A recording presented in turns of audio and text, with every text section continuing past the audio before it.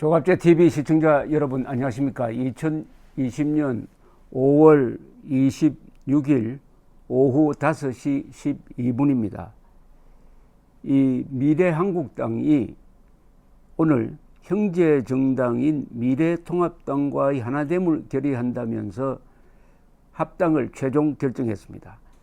국회의원, 미래한국당 국회의원과 당선인들 합쳐서 19명입니다. 이날 오후 국회의원 당선인 합동총회 후 발표한 결의문에서 국민께 한 약속을 이행하려 한다. 형제 정당인 미래통합당과의 하나됨을 결의한다. 지난 4.15 총선 때 국민들께서는 야당의 매서운 회초리를 들어주셨다. 호된 회초리가 따뜻한 격려로 바뀔 때까지 모든 것을 바꾸겠다. 낡은 관습과 관행은 과감히 버리고 국민의 아픔을 달래주고 눈물을 닦아주는 정치를 하겠다.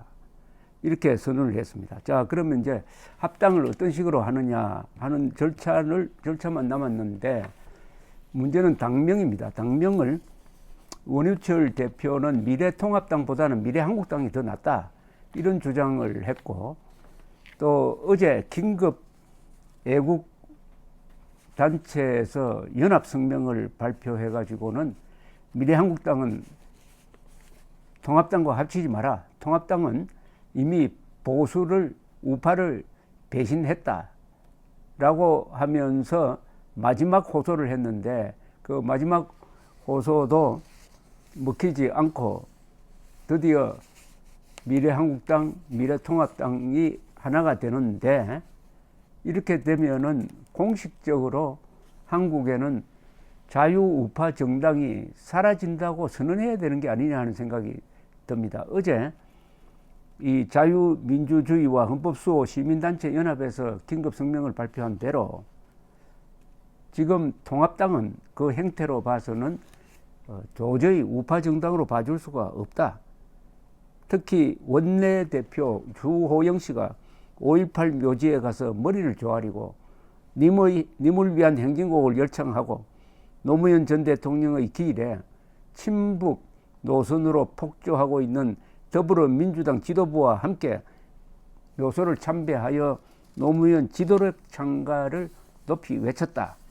그리고 연찬회에서는 친김정은, 친중 반미 노선과 반민주주의 국가 변혁 노선을 추진하고 있는 문재인과 더불어민주당에 대항하여 대한민국의 정체성을 사수하기 위해 투쟁해온 태극기 애국 세력을 극우 세력이라고 몰아세우면서 결별하겠다고 하는 주장까지 거침없이 나올 정도가 되었고, 비대위원장으로 영입될 김종인도 이에 맞장구를 치면서 반공 노선에서 탈피해야 한다라고 주장을 하니까 애국운동 세력 눈에는 미래통합당은 우파 정당으로 볼 수 없다.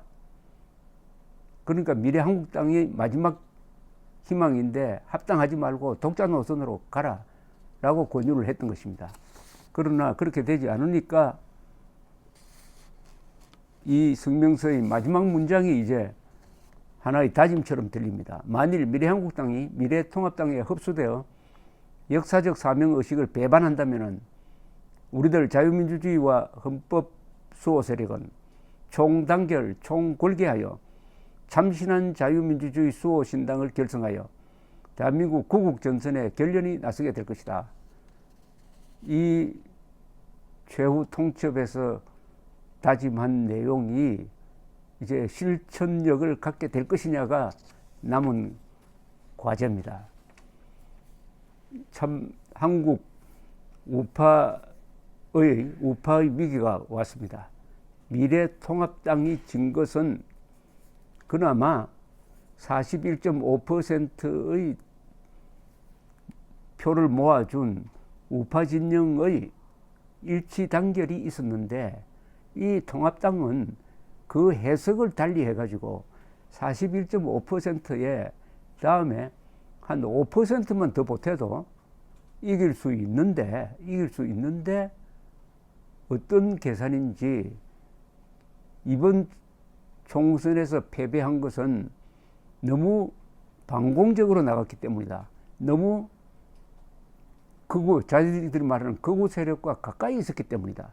이렇게 해서 배척이 받았다는 이 선거 패인에 대한 완전히 엉터리 분석을 내놓고 자신들의 패배 책임을 이 광화문 세력에 뒤집어 씌우는, 그러면서 앞으로는 중도로 가겠다, 왼쪽으로 가겠다, 이런 굴종적인 모습을 보여줌으로써 통합당, 한국당은 그냥 합쳐가지고 이제 왼쪽으로 달려가게 됐습니다. 지금 통합당이 하는 행태에서 여러 가지 지적할 수 있지만 문재인 정권이 주도하고 있는 역사 조작에 대해서 브레이크를 걸지 않고 있습니다. 광주 사태 때 헬기 사격이 없었는데도 불구하고 헬기 사격이 있었다고 조작을 하고, 그리고 이제는 더 나가서 억울한 사람을 찾아내가지고 헬기 사격범으로 몰아가지고 감옥에 보내고, 있지도 않은 사격 명령자를 찾아내가지고 만연산행하고 하는 이런 분위기가 조성되고 있는데, 여기에 대해서 아무런 항의 한마디 하지 않고 있습니다.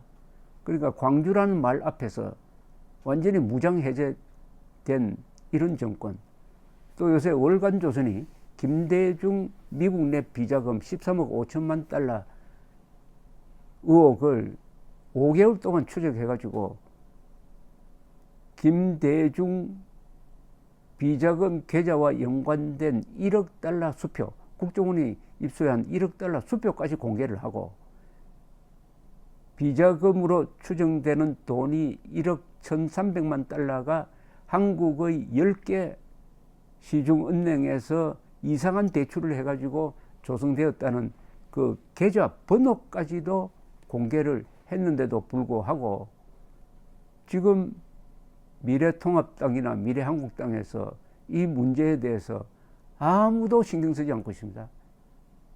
아무도 신경 쓰지 않고 있습니다. 물론 다른 언론도 보도하지 않고 있습니다. 그러나 야당은 이런 어마어마한 13억 5천만 달러에 대해서 국정원은, 원세훈 원장 시절의 국정원장은 증거로 봐서 실존할 가능성이 다대하다고 평가를 내렸는데, 더구나 국정원과 국세청이 합동조사를 한 3년 동안 합동조사를 한 결과가 그렇게 나왔는데도, 그게 고맙게도 월간조선에 의해서 취재가 되어가지고 자료가 고스란히 드러났는데도 야당은 입을 싹 닫고 거기에 대해서 눈을 감고 있습니다. 좋은 식사하십시오 해가지고 상을 차려서 갖다 주어도 숟가락을 들진 않아요. 먹질 않아요. 그러니까 이런 겁쟁이 정당이 되고 말았습니다. 완전히 문재인 정권 앞에서 꼬리를 내리는 이런 정권을 믿고 우리가 발 뻗고 살 수 있느냐?